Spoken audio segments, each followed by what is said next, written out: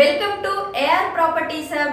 మన తెలంగాణ రాష్ట్రం హైదరాబాద్ మహానగరానికి మరో మణిహారంగా మారనున్న రీజనల్ రింగ్ రోడ్ పనుల్లో ప్రభుత్వం వేగాన్ని అయితే పెంచిందండి. ఉత్తర భాగానికి సంబంధించిన భూసేకరణ దాదాపుగా పూర్తి కానుంది. 345 కిలోమీటర్ల పొడవున 4 వరుసలతో గ్రీన్ ఎక్స్ప్రెస్ వేగంగా నిర్మించుతున్న రీజనల్ రింగ్ రోడ్ ఆల్రెడీ 1685 హెక్టార్ల భూసేకరణ కూడా పూర్తి కాగా, తొలుత ఉత్తర భాగంలో 170 కిలోమీటర్ల మేర ఈ రహదారి నిర్మాణం చేపట్టనున్నారు. 7100 కోట్లు అంచనా వ్యయంతో ఈ పనులు 5 ప్యాకేజెస్గా డివైడ్ చేశారు.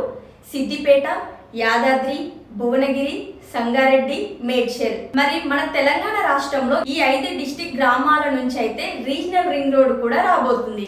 మరి ఇప్పుడు రియల్ ఎస్టేట్ ఇన్వెస్టర్స్ అయినా, మిడిల్ క్లాస్ వాళ్ళైనా, ఎన్ఆర్ఐస్ అయినా ఇన్వెస్ట్ చేసుకోవాలంటే ఇది ఒక గొప్ప అవకాశం అండి.